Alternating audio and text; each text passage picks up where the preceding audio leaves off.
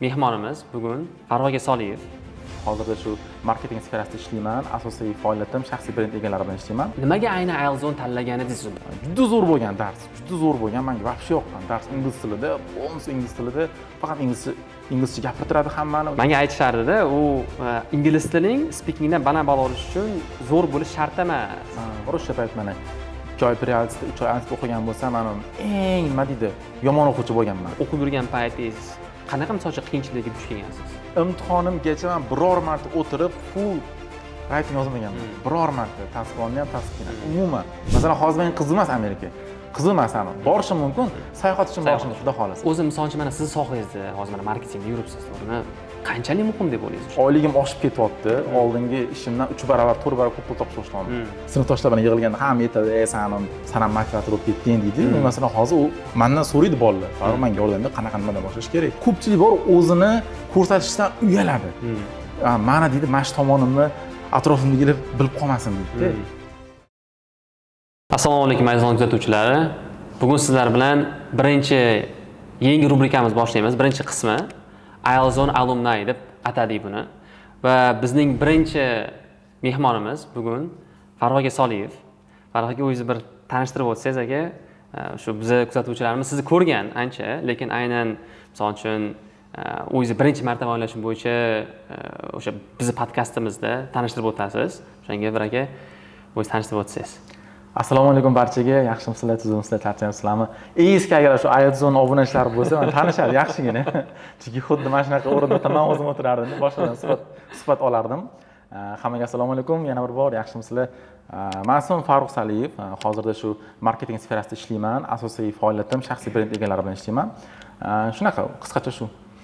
Oldin men ham Ailzone ishlaganman. Ailzone jamoa a'zosi bo'lganman oldin. Farruh akani bizni eski obunachilarimiz tanishsa kerak, xudo xolasa. Yangi obunachilarimiz uchun mana o'zlarini tanishtirib o'tdilar. Farruh aka, bugun siz bilan o'sha bir orqadan ozgina boshlaymiz. O'sha Ailzone'ga birinchi qadamlarni bosib kirganingizda, o'sha o'zi nimaga ayni Ailzone tanlaganidingiz? Birinchi savolim. O'sha zo'r bo'lgan. O'quv markazlaridan, endi u payt ham o'quv markazida ko'proq bo'lganda, o'sha nimaga ayni Ailzone? Xo'p, 2021-yil botgan voqea 2021-yilda. Xullas, men o'sha paytda o'zi soham umuman boshqa edi. Dasturchi bo'lib ishlardim o'zi, bitta firmada ishlardim. Aviatgacha o'qishim bor edi, aviatdan keyin o'sha yerda ishlardim-da. Yarim stavka ishlab yurardim, lekin menda o'sha payt universitetda men 3-kurs, 4-kursga o'tayotgandim. Keyin nima bo'ldi? Men o'qishni bitirgandan keyin Amerikaga ketmoqchi edim. Buning uchun menga IELTS kerak. Ingliz tilini qaramay uncha emas. Chala ingliz tilimda. Voy domman, keyin o'zim self study qilib o'rganib yurdim-da, keyin "Bab o'qishim kerak ekan" dedim, o'quv markaziga borishim kerak, IELTS olishim kerak dedim. Keyin qarasam, bu yerda o'qishim bor, abetgacha bu yerda ishim bor-da. Ishimni keyin chopdim. Ishlamayman, birinchi IELTS olaman, keyin ishlayman dedim. Ishimni bordim-da, chopdim-da, keyin o'quv markaziga borishni boshladim. Har xillarga, o'sha paytda ya'ni eng zo'rlari, endi ular hozir ham bor. Har bittasiga borib ko'rdim. Bunga borib ko'rdim, даже bitta o'quv markaziga borib bir 2-3 hafta o'qib ham ko'rdim-da. Keyin menga yoqmadi. Keyin boshqalarga bir kun bordim, bunga bir kun bordim, bunga bir kun bordimda, keyin oxirida bundoq anaqa o'tiribman. Menga Ailzone yoqib qoldi rosa. O'sha payt men Asad Shodiyevning darsiga kiruvdim-da. Kiruvdim. Juda zo'r bo'lgan dars, juda zo'r bo'lgan. Menga вообще yoqqan dars ingliz tilida, polностью ingliz tilida, faqat inglizcha gapirtiradi hammani. Undan keyin o'sha kuni kechki payt borib, endi men uyda borib o'ylab o'tirman-da. Qaysi o'quv markaziga borsam ekan, qaysi bir zo'r ekan deb o'tiribman. Menga Asaddan SMS kelyapti. "Qalaysiz, yaxshimisiz? Darsimiz yoqdimi? Nima bo'ldi? Nima kamchilik?" deb mendan so'rayapti-da. Fo'adomman. Bitta menga e'tibor beribdi, menga fokus qaratibdi domman. Menga yoqib qoldi. Bo'ldi, Ailzone'ga boraman dedim. Sirasi keldim, sirasi to'lov qildim, Ailzone'ga kelish boshladim. Universitetga Ailzone. O'sha значит, o'sha payti e'tibor menga bo'lgan ekan, to'g'rimi? Asad Shodiyevni menga qaratgan e'tibor juda menga yoqdi. Darsini ham zo'r o'tdi rosa. O'sha payt men juda ko'p joyga borib ko'rdim. Bitta shu masjidda, ya'ni bitta o'quv markaziga bordim-da, 30 ta bola, 40 ta bola o'tiribdi, hech kim qaramaydi, kim kelyapti, kim e'tibor ham bermaydi. Keyin bu yerga keldim, bu yerda boshqacha-da mehr. Вообще yoqdi menga. Bo'ldi, masjidga boraman dedim oxirigacha deb. Shunaqa Asad Shodiyev darsiga kelishni boshladim, menga juda yoqyapti-da. Gruppada bir nechta edi? Plus-minus 10 tacha. Hammadan so'raydi, hamma bilan gaplashadi, dars uyga vayslarni berishlari zo'r, darsiga atmosfera muhit вообще zo'r. Menga juda yoqdi-da. O'sha payt men pre-IELTS gruppaga keldim. Pre-IELTS gruppaga keldim. Уже bir oylarda darajam ancha oshyapti. Anchagan oshdi, speaking zo'r chiqyapti, yozish, o'qish hamma tomonlama zo'r ko'tarilyapti. Shunaqa. Bu degani kelishingizdan oldin sizning backgroundingiz bo'lgan ekan, to'g'ri? Inglizcha o'rganib yurgan ekansiz. Bor edi-da. Self study qilib yurardim. Ha, self study. Faqat self study. Shunaqa pashti. Yo'q, o'sha qani backgroundingiz yaxshi bo'lgan ekan, prealsdan boshlagan bo'lsangiz o'shanda. Da, men unaqa stabil borib yurmaganman o'quv markaziga. Oldin endi bir maktab payti bir marta borganman. Bir oy borganman, tashlab qo'yganman. Yana kollej payti yana bir oy borib tashlab mashina qilib qo'yganman. Unda ham faqatgina grammatika o'qib yurganman. Unaqa boshqa bir speakinglar qilib yurmaganman. Qolgan asosan shu faqat self study bo'lgan. YouTube'da ko'rib yurardim darslar, keyin Morphe o'qib yurardim, o'shandan ko'rib shunaqa bo'lgan. Yaxshi. U mana prealsdan boshlagandingiz, keyin IELTSda ham o'sha Asadbek Shodiyevda o'qiganmisiz yo boshqa gruppaga o'tganmisiz? Mana bunaqa bo'ldi. Bizning preals gruppamiz 2 oy davom etdi. 2 oydan keyin men уже IELTS gruppaga o'tdim. IELTS gruppada kim bo'ldi? Boshida IELTS gruppada Nurmuhammad akaning gruppasida o'qishni boshladik boshida, keyin nimadir bo'ldi, menda vaqtim to'g'ri kelmay qoldi, nimadir bo'ldi, u gruppada o'qimanda, keyin Temirbek Akbaraliyev shularning gruppasi boshlanib qoldi, keyin shunga qo'shilib oldim. Keyin ularda tugatdingiz, to'g'rimi? O'sha 3 oy o'qidim, IELTS topshirdim. IELTS topshirdingiz. O'sha men endi o'sha paytlari, misol uchun siz ishlab yurgan paytlaringiz, nima desam ekan? Menga aytishardi-da, u ingliz tilining speakingdan baland olish uchun zo'r bo'lish shart emas. Degani, men nimaga uni deyapsiz desam, bizda shunday bittasi chiqqan edi. Ingliz tili uncha kuchli emas, lekin IELTSdan speakingdan 8 olib chiqqan edi deganda, to'g'risi ishonmaganman. Yana bunday qarasam, turibdi yana qaysi? Sertifikatingiz. Chunki o'zim shu narsani aytgansizda, o'sha unaqa kuchli emas edi. Masalan, general English ham bo'lsa, English o'zi uncha kuchli emas, lekin menda men aniq esimda o'sha communication skill menda yaxshi edi. O'sha odamga yetkazib bera olmayman, mingdek zo'r o'ymaydigan bo'lsa ham, lekin o'sha menda bor deganingiz, значит, qilsa bo'lar ekan deb o'sha siz bilan ozgina suhbatlashgandik o'shanda. Lekin ishoning, men bor o'sha payt mana 2 oy prealsda, 3 oy IELTSda o'qigan bo'lsam, men eng nima deydi, yomon o'quvchi bo'lganman. Bor potensialdan foydalanadigan emas. Uyga vazifalarni deyarli qilmasdim. IELTSda ham masalan, IELTS paytida hozir hamma IELTS o'qiydiganlar menimcha anaqa topshiradi, mo'kla topshiraman. Umuman topshirmaganman. Topshirsam ham chala topshirardim, mana shunaqa har doim mana biror marta anaqa bo'lmagan bir tuzroq uyga vazifa qilib kelmaganman. Hammasi chala bo'lgan, lekin shunda ham bir amallab natijaga chiqib qolganman. O'zi misol uchun mana qarang, o'zingiz nima deb o'ylaysiz? O'sha paytda qattiqroq va konsistentli harakat qilganingizda yaxshiroq ball chiqqan bo'ladimi? Bundan yuqori ball olardim deb o'ylayman-da. Nimaga aynan bunga men aytyapsizki, uy vazifa uncha qilmardim, chala bo'lardi, u bo'lardi. Nimaga qanday aytsam ekan? Unaqa disiplina bilan ishlamaгаningiz o'shanda. Sababi men o'sha payt yangi sohaga kirayotgandim. Menga mana shu sohadan rosa yoqqan. O'sha payt men IELTSga o'qishga kelgan paytimda menga mana shu marketing sferasi ham yangi narsa bo'lganda, men shu sohaga kirayotgan bo'lganman. Bunga ham fokus qaratib boshlaganman o'sha paytda o'zida. Ya'ni bor fokusim ingliz tilida bo'lmaganda, bunga ham fokus qaratganman. Bu degani ish bilan yurganingiz bu yerda ingliz tili prostan ingliz bilan yuraverardim. IELTSdan kelardim, ishlardim, orada darsga kirib chiqardim mana shu. U mana o'sha o'qib yurgan paytingiz eng qanaqa misol qiyinchilikka duch kelgansiz? O'sha IELTSga tayyorgarlik ketayotganida. Xo'p, o'qib yurgan paytlarimda eng katta muammo shu bo'lardi, uyga vazifalarni to'liq qilmasdim. To'liq qilmagandan keyin nima bo'lardi? Uyga vazifa ba'zi kunlar uyga vazifa qilmaganim sababli darsga kirmasdim. Dars kirsam ustoz hammani turg'izib qo'yadi. Tilni kirmasdim ataylab. Yoki darsni yarmidagi oxirida kirardim. O'sha hamma tekshirib bo'lgandan keyin sekin kirardim, o'tirib olardim, keyin shunaqa qilardim. Ko'p mana shunaqa hiyla qilardim men. Chunki bilardim, uyga vazifa qilmaganman, kiraman, hammani oldida sharmanda bo'lgandan ko'ra oxirida kirardim. Mana o'sha uy vazifa qilish, disiplinani ushlash uchun eng qiyin narsa bo'lgan, to'g'rimi? Lekin ishoning, mana menda anaqada, agar bir qilsam zo'r qilardim, lekin bitta qilsam zo'r qilardim. Ko'pincha qilmasdim lekin. Ko'pincha qilmasdim. Ha, yaxshi. Mana qarang, skilllar bo'yicha gaplashadigan bo'lsak, mana 4 ta skill bo'lgan bo'lsa, eng osoni siz uchun nima bo'lgan? Eng osoni. Eng osonimi? Eng osoni menimcha shu speaking bilan reading bo'lsa kerak. Readingdan umuman qiynalmasdim. Har doim readingni aniq qilsam, chunki o'zim oldindan ko'p o'qirdim narsalar. Reading qilsam unaqa bir qiyinchilik muammolar bo'lmasdi menda. Masalan, gruppa bilan qiladigan bo'lsak, menda deyarli har doim yuqori chiqardi. Bir xil tushunmagan narsalarga men o'zim sразу aniq qilardim, topardim javoblarni. Reading oson bo'lardi, keyin ba'zida speaking oson bo'lardi. Speaking endi nima deb o'ylaysiz? O'zingizda o'sha true calling deydi-ku ingliz tilida. Xuddi men shu bilan tug'ilganman o'sha odamlar bilan muloqot qilish, o'sha gaplashish, ana bo'ladi-ku, kerak bo'lsa o'zi ishonmagan narsaga o'sha u tarafda o'tirgan odamni o'sha ishontirish, misol gapirayotganingizda o'shanaqa qobiliyatlaringiz bo'lgan shekilli, to'g'rimi? Men o'zi oldindan bunaqa ko'p kommunikatsiya qilgan insonman o'zi oldindan. Ko'pchilik bilan gaplashardim ham, begona inson bilan gaplashsam ham tez chiqib ketardim-da. O'zbek tilida ham o'zi speaking menimcha yaxshiligi uchun ham bu yoqda ham unaqa qiyin bo'lmagan deb o'ylayman. Lekin masalan, menda unaqa baribir 8 daraja emas deb o'ylayman nimagadir ham. Chunki imtihondan bir kun oldin juda ko'p ustozlarga speaking topshirganman-da. Bir kun oldin men ertaga imtihonim bor, mana darajamni bilib bering deb. Har bitta ustoz bilan topshirganman-da. 4 ta o'qituvchiga topshirganman, 3tasi yetgan, 7+ olasan degan, 3tasi 7+ olasan bemalol degan. Keyin bitta o'qituvchi aytgan, 8 olsang ham bo'ladi bemalol degan. Wow deganman. 8 olsang bo'ladi bemalol deganda, zo'r motivatsiya bo'lgan. Ertasi kuni kirganman, vobshe zo'r o'tgan. Umuman qiynalmaganman. Keyin qaradim, rosa 8 chiqdi. Lekin 8 deb o'ylamagandim. Ha, yaxshi. O'sha mana IELTS oldingiz, to'g'rimi? Overall 7 chiqqan edi. To'g'rimi? 7 chiqqan edi hamsha. Overall 7. Lekin qarang. Lekin men uchun eng qiyini va umuman fokus qaratmaganim writing bo'lgan. Mana qarang, anaqa bo'lganda, men shu darajada yomon o'quvchi edimki, writing bo'yicha bizda darslar bo'lgan. Darsdan o'rganmaganman. Keyin qilib beraman. Bitta o'tirib ham o'rganib chiqaman deganman. O'rganmaganman. Imtihonim kuni men obedda imtihonga borishim kerak.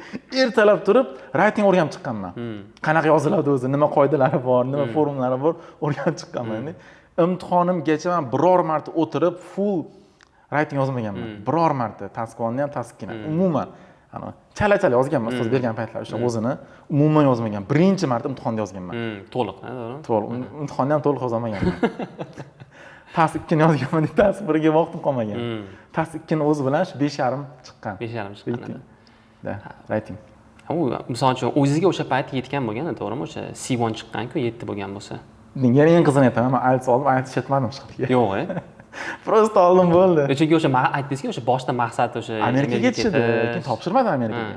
Chunki maqsad o'zgarib ketib qoldi. Men IELTS so'nggi kelishimdan maqsad o'zi Amerikaga ketishdi. Keyin men maqsadim o'zgarib qoldi. Men sohaga kirib ketib qoldim. O'sha bu yoqda menda mantiq qolmadi IELTSni. Nima qilaman, ishlatmadim, so'ragan o'tib ketdi uni. Xursandmisiz? O'sha misol uchun o'sha payti o'sha plan bilan kelgansiz endi, o'sha plan bilan ketmaganingizga. Masalan, hozir men qiziq emas Amerika. Qiziq emas ani. Borishim mumkin, sayohat uchun borishim mumkin, xudo xolasa. Amerikaga borib u soha ham o'zi hozir qiziq emas, Amerikaga borib ishlash ham qiziq emas, shunaqa. Vobshe o'zgarib ketib qoldi. O'shanda misol uchun ana IELTSni olib oldingiz, keyin srazu o'sha marketing sohasiga kirishib ketdingiz, to'g'rimi? O'sha IELTS bilan. Unda ham ikkilanib yurdim ozgina payt, ya'ni bu yoqda shu sohada ketsam ikkilanib yurdim ozgina. Prosta hobbi bo'yicha shug'ullanib, bu yoqda o'zim soham bo'yicha dasturlash bo'yicha ishlayman deb yurdim. Orada davlat ishiga ham kirdim. Universitet bitirdim orada mana shu paytda. IELTS olgandan keyin bitirdim. Davlat ishida ham ishlab ko'rdim. 1-2 hafta menga yoqmadi. O'sha oxiri keyin 100% qaror qabul qildim. Bo'ldi dedim. Universitetni qizil diplomga bitirdim. Diplomni hali ko'rganim yo'q, o'sha ham ko'rmadim. Uni ham olmadim. Turibdi institut hali, yotibdi hali. Davlat ishida ham ishlamadim, ularga ham borib yo'q, ishlayman dedim. IELTSni ham ishlatmadim. Shu bilan mana shu yerga kirib ketib qoldim, to'g'ri. O'sha payti mana IELTS bilan deylik ishlashni boshladingiz va qanchalik sizga aynan kirishib ketish qiyin bo'lgan va oson yoki oson bo'lgan, misol uchun. Aynan o'sha podkastlar olish yoki o'sha videolar olish. O'zi anaqa bo'lgan, o'zi qarang. O'zi o'sha payt o'zi prosta hobbi bo'lib qoldi. Qattiq sohani eshitib qolganman-da, shunchaki ko'rib yurardim. YouTube'larda qanaqa soha ekanda yurardim. Keyin bir kuni koridorda ketyapman, Begisagan ko'rib qoldim-da. Endi hali IELTSga borganimga 1-2 hafta bo'ldi. Begisagan ko'rib qoldim. Begisaga dedim, men ismim Farruh dedim. Hali meni tanimaydilar. Tanishmasmiz. Ismim Farruh, men shu sohani o'rganib yuribman. Ozgina bilaman IELTSni, men hech narsa hali yo'q ekan, qilinmagan ekan. Keling, men sizga yordam beraman dedim.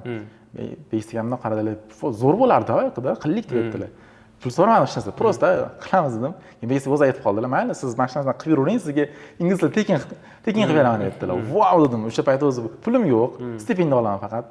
Zo'r bo'ldi, kakras dedim, tekinga o'qiyman dedim-da. Shunaqa qilib yurdim, shug'ullanib yurdim. Keyin u yoqda ish boshladik. Begisaga rosa yoqdi, ishlar zo'r ketyapti, zo'r narsa bor YouTube'da ham. Bu yoqda ham Telegram kanalni ham o'zim yuritardim o'sha payt. Aynan Telegram kanalini ham o'zim yuritardim, YouTube'ni ham o'zim yuritardim. Syomka va hammasini o'zim qilardim-da. Shu mediaga bog'liq bo'sh bo'lsa o'zim qilardim hammasini. Zo'r bo'lib ketib qoldi. oyligim oshib ketyapti. Oldingi ishimdan 3 barobar, 4 barobar ko'p pul topishga boshladim. O'sha davlat ishi deganingiz to'g'rimi? Yo'q, oldin ishlaydim. Firmada dasturchi Ha, ishlaydim. Undan 3-4 barobar ko'p pul topganman o'sha qisqa muddatda.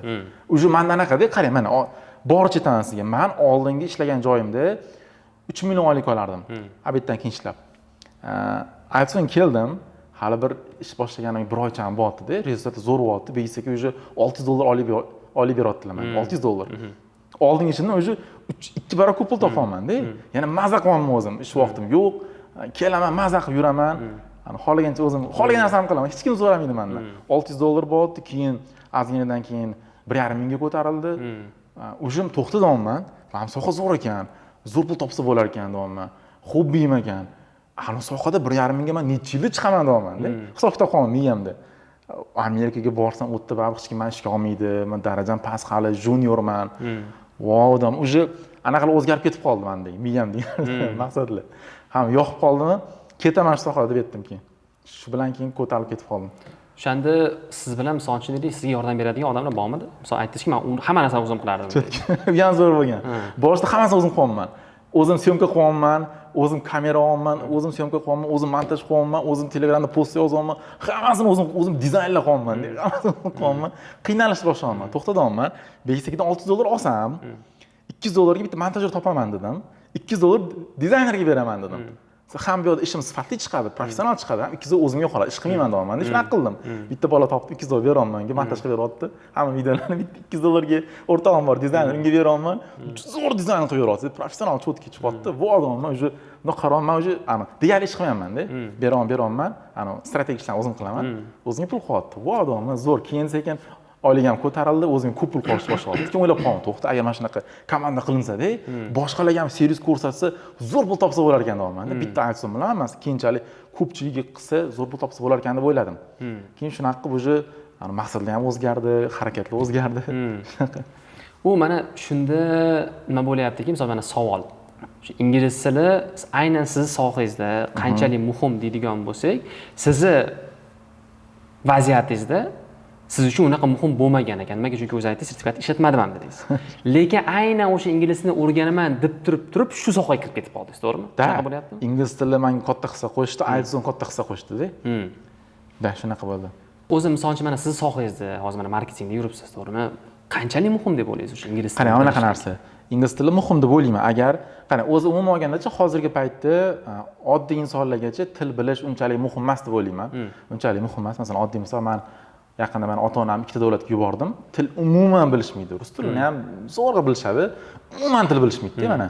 Misrga borishdi, Vyetnamga borishdi. Men ularga o'rgatib qo'ydim, mana sun'iy intellektdan qanaqa foydalanishi, Google Translate ishlatishni o'rgatib qo'ydim.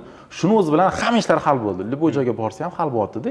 Oddiy inson unchalik ham muhim emas. Lekin masalan, men o'zim ingliz tilida kitoblar o'qiyman.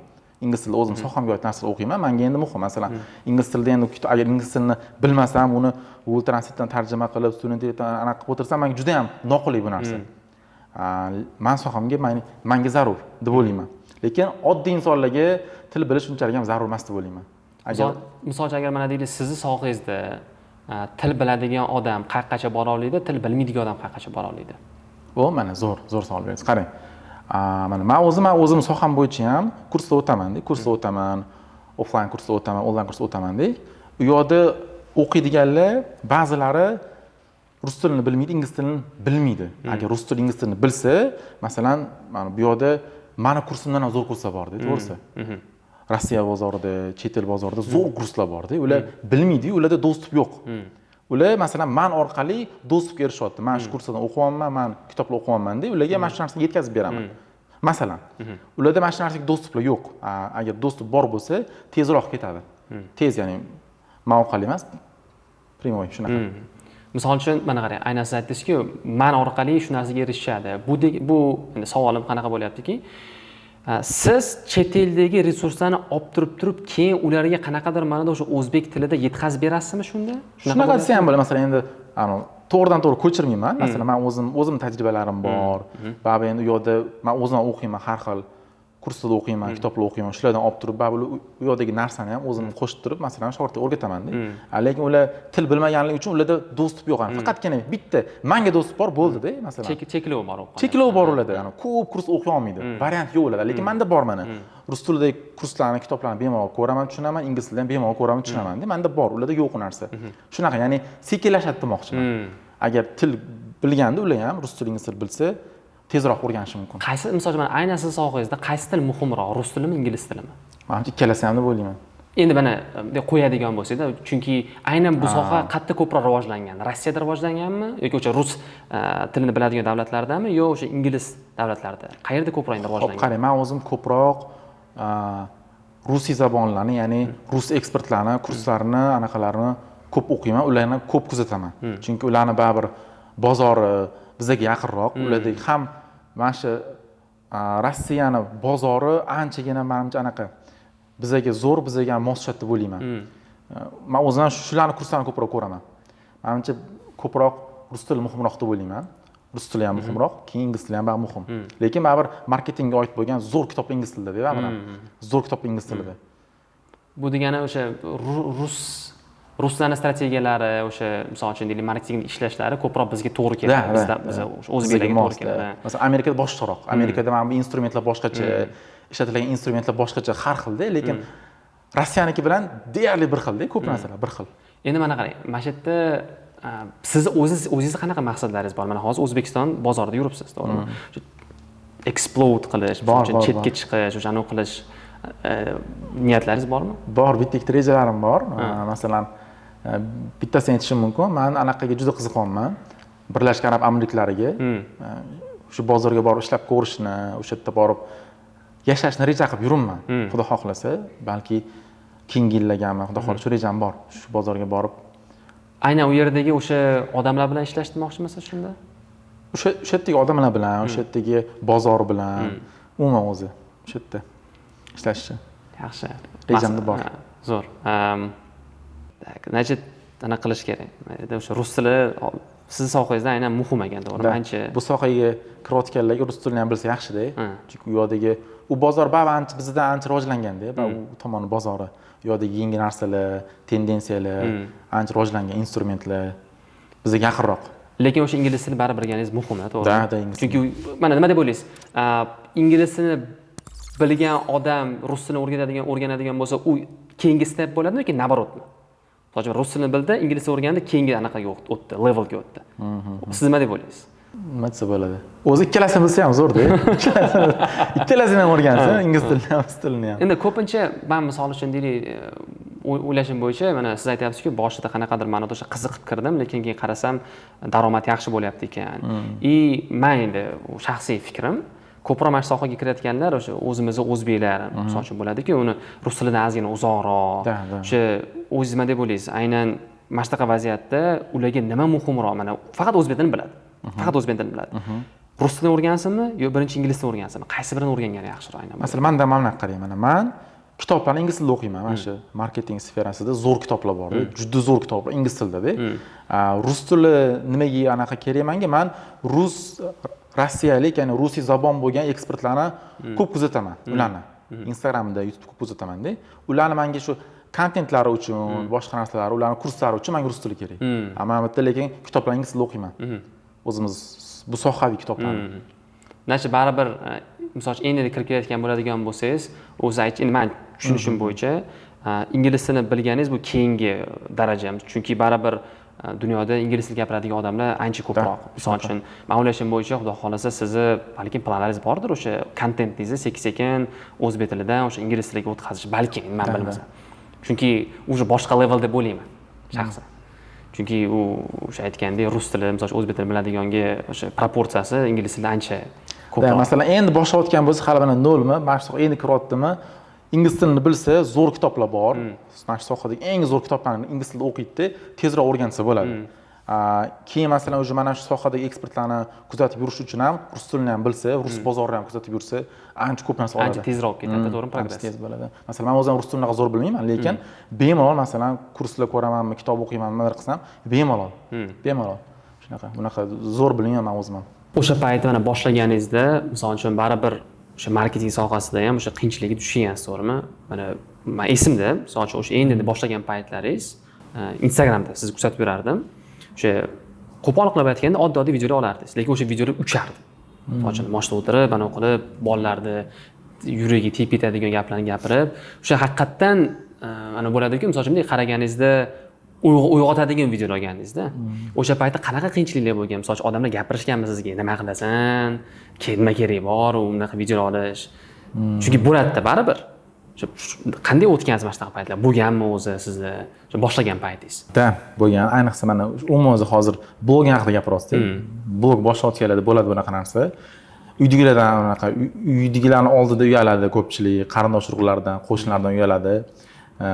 Sinfdoshlar u joylarga borganingizda odamlar gapiradi, "Sen ham bloger bo'lib ketdingmi?" yo odamlar gapiradi, lekin aslida agar siz qilib mana shu narsani oxirigacha borsangiz, keyinchalik o'sha odamlar sizdan maslahat so'raydi. Masalan, oddiy misol, hozirgi paytda mana o'sha payt menda tog'am, boshqa qarindoshlar, urug'lar ko'rishganda g'alati bo'lardi, uyalish bo'lardi. Hozir masalan ular mendan maslahat so'raydi.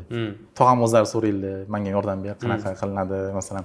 Dadam yaqinda boshladilar o'zi, ular ham blog boshladi Instagramda-da. Ularga yordam beraman masalan, shunaqa. Deylik, mana shu sinfdoshlar bilan yig'ilganda ham aytadi, "Sen ham motivator bo'lib ketding" deydi. Masalan, hozir u mendan so'raydi bolalar. "Farruh, menga yordam ber, qanaqa nimadan boshlash kerak? Nima qilaydi?" mendan so'raydi-da, shunaqa. Shunaqa narsa bo'ladi. Lekin o'sha bitta narsa bor, mana blog yuritayotganingizda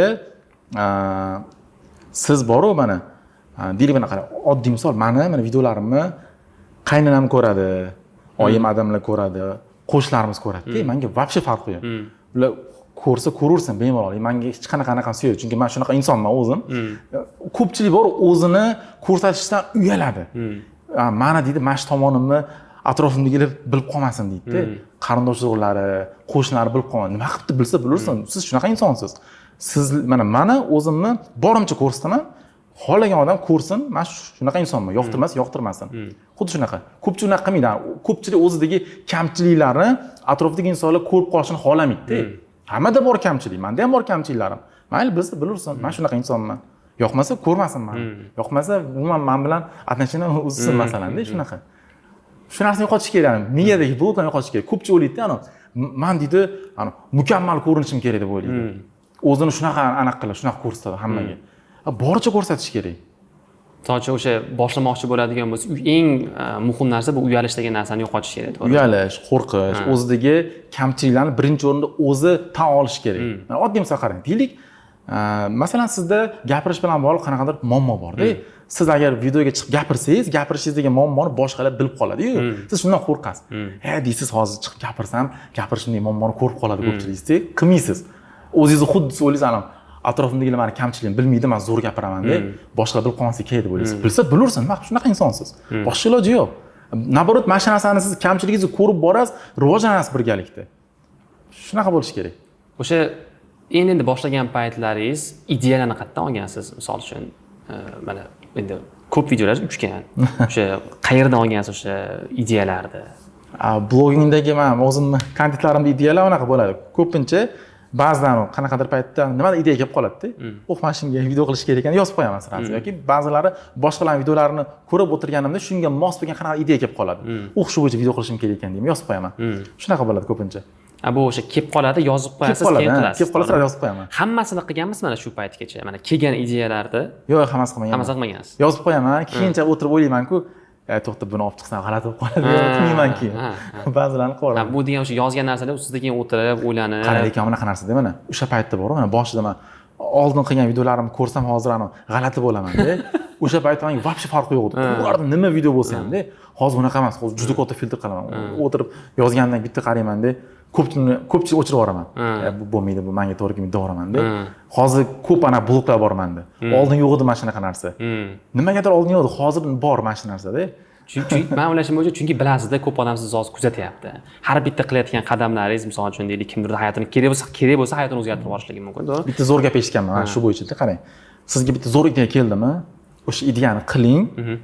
Atrofingizdagilar mana bu narsani ko'rgandan keyin ular sizni inkor qilsin, masalan. Yoqsa qabul qilsin, yoqmasa inkor qilsin.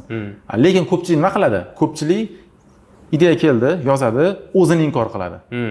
Deydi, kerak emas deydi. Siz unaqa o'zingiz qabul qilingda, o'zingiz inkor qilmaysiz, boshqalar sizni inkor qilsin.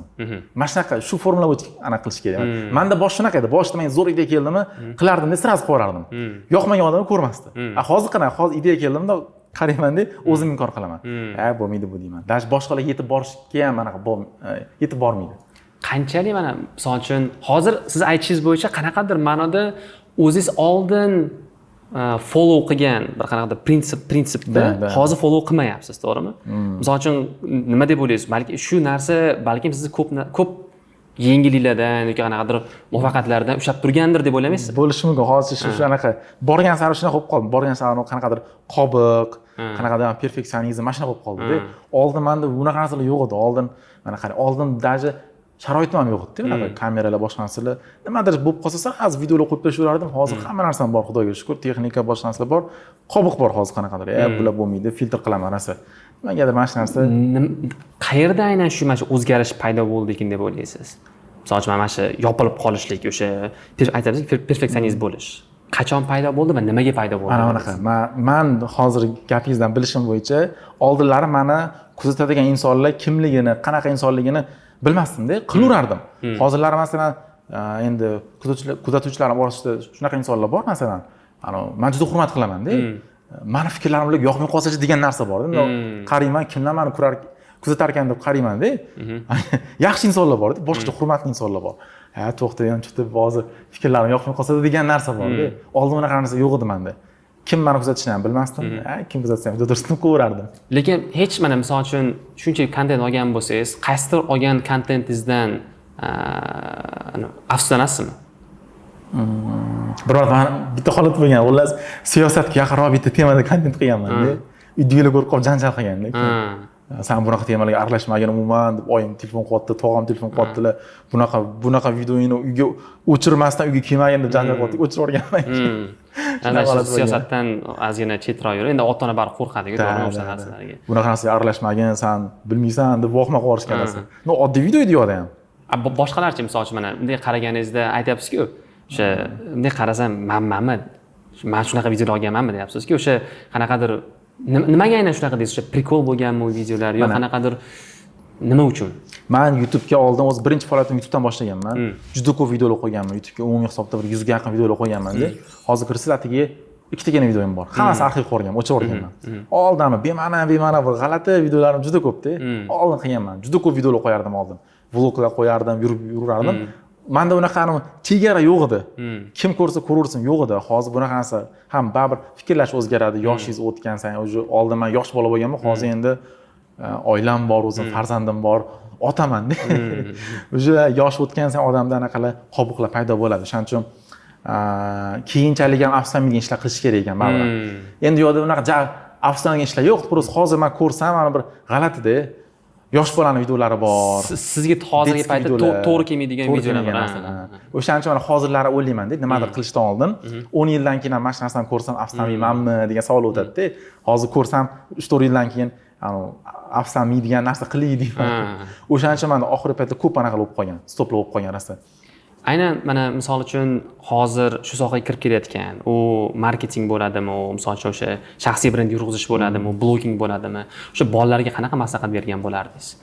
To'g'ri, men deydi, mana to'g'ri aytaman, o'zim boshlamoqchiman. O'zim o'sha menda endi nima desamki, o'sha backgroundlar bor, qiziqarli narsalar olsa bo'ladi, haqiqatan odamga yordam foydasi tegadigan.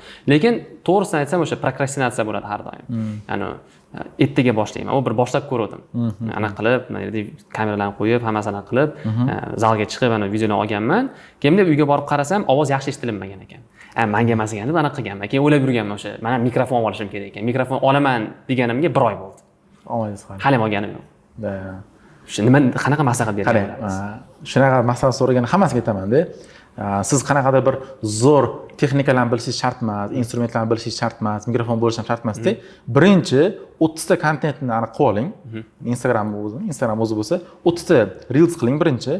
Oddiy bo'lsin, farqi yo'q, oddiy bo'lsin va yanada sizga osonlashtiruvchi narsa bor, bitta stil qiling.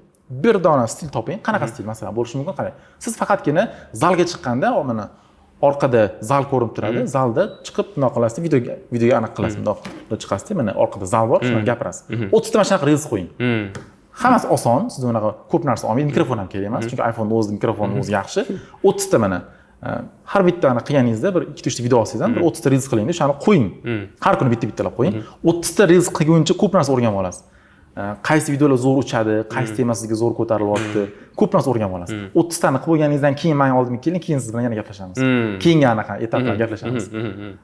O'sha endi mana siz aytishingiz bo'yicha baribir deylik, hozirgi paytda hamma narsani ochib bera olmaysiz, baribir. Misol uchun u narsaga siz resurslar sarflagansiz, vaqt sarflagansiz, borib turib ma deb ochib berish ham bu ham mavlash bo'yicha. Qarang. Menchi bitta zo'r gap aytaman sizga, men ko'p narsani ochib beraveraman. Ko'p narsa ochib beraman-da, baribir u narsani siz qilmaysiz. To'g'ri. Bu ham to'g'ri. Mijozlar keladi-yu. Bor narsani ochib beraman-da. Hamma o'zim nima qilsam bor-u, hammasini ko'rib, aka men buni qilasiz, birinchi oy men bu narsani qilasiz, men buni qilasiz, ko'rsatib beraman-ku, qilmaydi-da. Keyin mana xizmatingiz narxi qancha mendan so'raydi keyin. Qilmaydi baribir ham.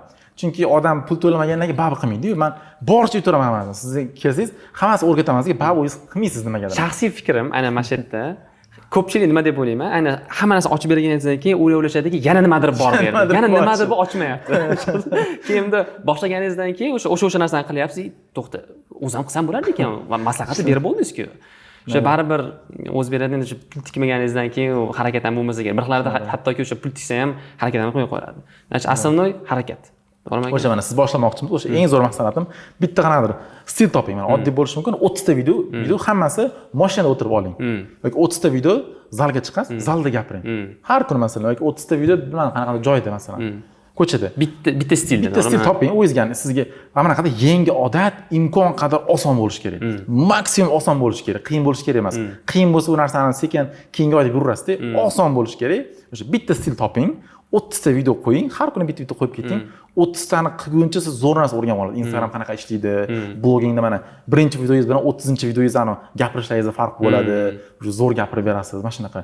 Montaj o'zgaradi, sal boshni oddiy qilasiz, keyingilarni zo'r qilishni boshlaysiz ham. Shunaqa narsa qiling.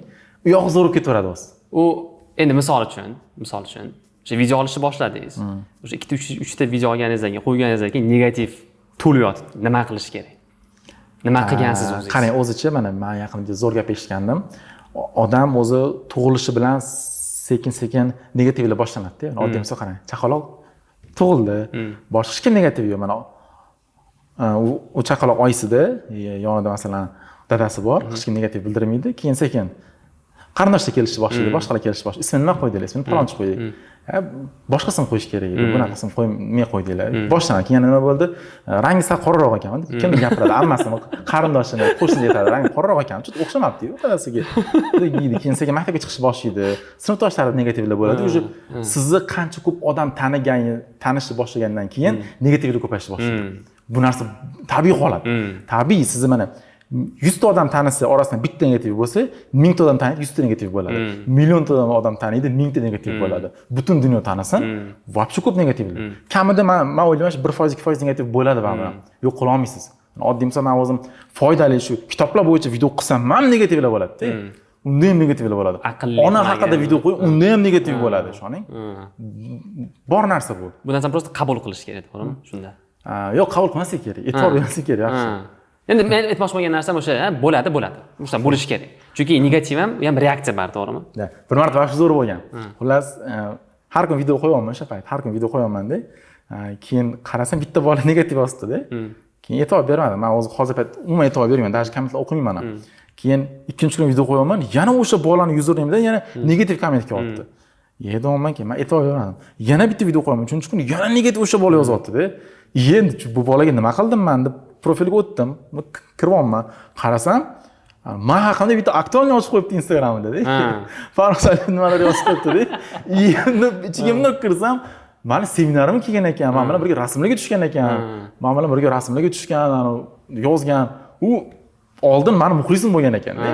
Mana shunaqa bo'ladi. Meni negativ yozadigan o'sha followerlarim meni eng ko'p kuzatadigan shunaqalar mana. O'sha negativ odatda sizni fanatiz bo'lishi ham mumkin. Bilasiz, ashaddiy juda fanatiz bo'ladi, keyin negativlik o'tib ketadi. Siz unga yetarli e'tibor bermaysiz. shunaqa qolib qolishi mumkin. Misol negativ reaksiyalar ham yaxshi, to'g'rimi? deb o'ylab qaraydigan bo'lsangiz. Chunki Menimcha yaxshi bu ham qanaqadir reaksiyada baribir. Qancha ko'p bo'ladigan bo'lsa, shuncha.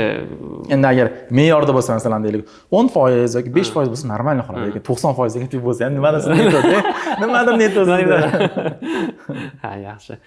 Agar o'sha obunachilarimizga bir oxirgi so'zlaringiz aynan bu podkastimizda, misol uchun So'nggi so'zmi? so'nggi so'zi qanaqa maslahatlar bergan bo'lardingiz? Nima bo'yicha maslahat? Aynan mana bo'ladi-ku, misol uchun qo'rquv o'sha boshlanishda, chunki bu narsa o'ylashim bo'yicha ko'pchilik juda keng tarqalgan. O'sha yangi sohani boshlamoqchi qo'rquv bo'ladi. Misol uchun menda o'ylashim bo'yicha mana shu katta minuslarimdan biri o'sha yangi narsani boshlashdan o'sha ozgina qo'rquv bo'ladi baribir. Misol uchun yonimda kimdir o'sha turib yordam berani qilmaydigan bo'lsa, men o'zim deylik bo'ladigan bo'lsam, qanaqadir baribir nima bo'lishligi mumkin, ana if bo'ladi-ku, bunaqa qiladigan bo'lsa nima bo'ladi? O'sha ko'p o'ylanish bo'ladi. Mana shunaqa vaziyatlarda misol uchun qanaqa tavsiya bergan bo'lardingiz?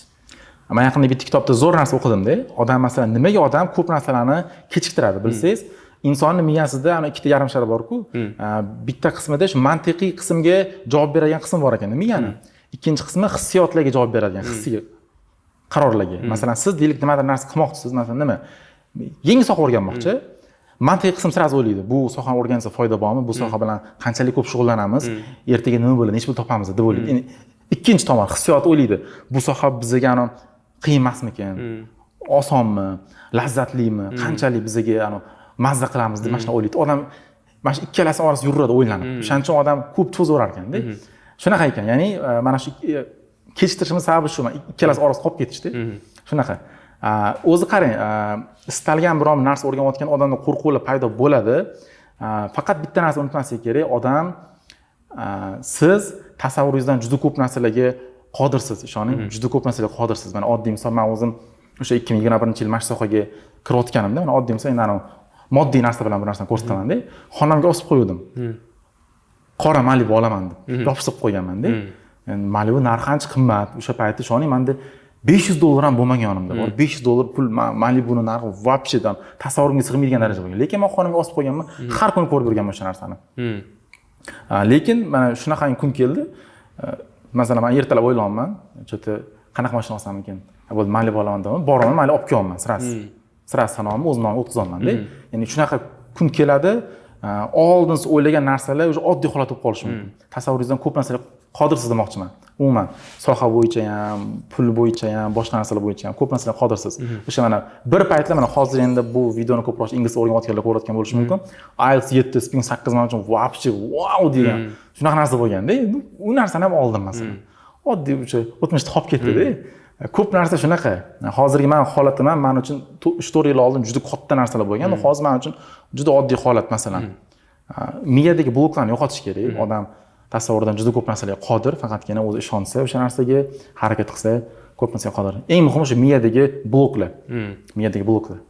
O'shani yo'qotish kerak, ya'ni yo'qotish kerak shu narsalarni. Bu degani o'zingga o'zi o'sha sen ko'p narsaga qodirsan.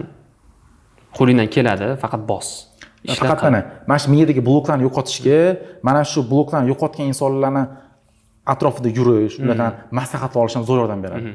Mana men o'zim ba'zida zo'r pul topadigan, juda katta pul topgan insonlar orasiga boraman, suhbatlashaman-ku, men miyamdagi blok yo'qoladi. To'xta, mana shuncha pul topsa bo'lar ekan, mana shu narsa qilsa bo'lar ekan deyman-da, shunaqa.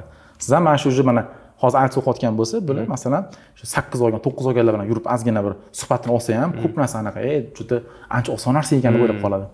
Odam shu. Farg'ona, sizga katta rahmat. Bu bizning o'sha yangi rubrikamizni boshlab berganingizga. Unda xolisa shu podkastimiz bizni obunachilarimizga rosa foydali bo'lgan deb umid qilamiz. Va aka sizga shu IELTS Zone nomidan mana sovg'amiz bor. Rahmat. Xudo xolisa. Nima bor ekan buni ichida? Ko'rsatsangiz ham bo'ladi. Ko'rsatib bering.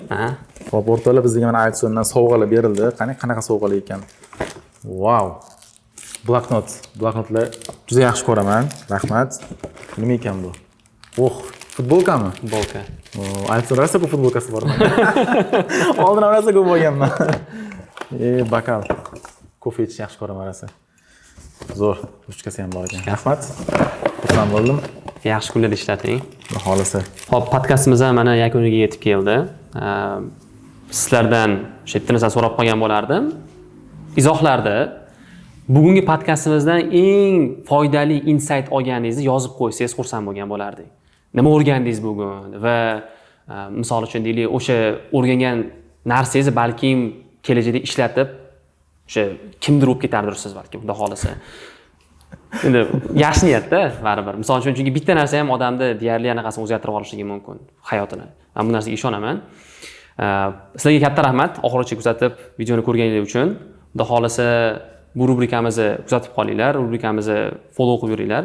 Bundan bu yog'iga o'sha yana IELTS tugatib, o'zini sohasida professional bo'lib ketgan odamlarni xudo xolasa chaqiramiz va izohda yana yozib qo'ysalar bo'ladi.